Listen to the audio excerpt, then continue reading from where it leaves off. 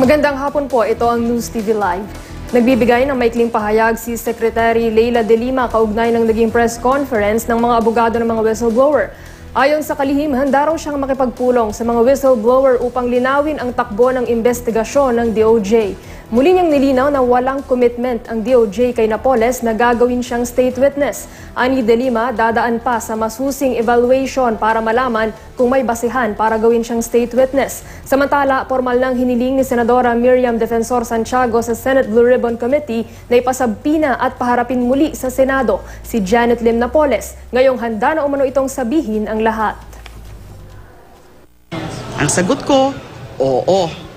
Kasi kinasuhan na sila.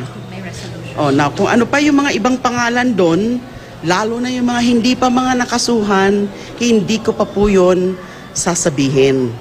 Pero wag ko kayo mag-alala, wala po akong tatanggalin dyan, wala akong idadagdag dyan.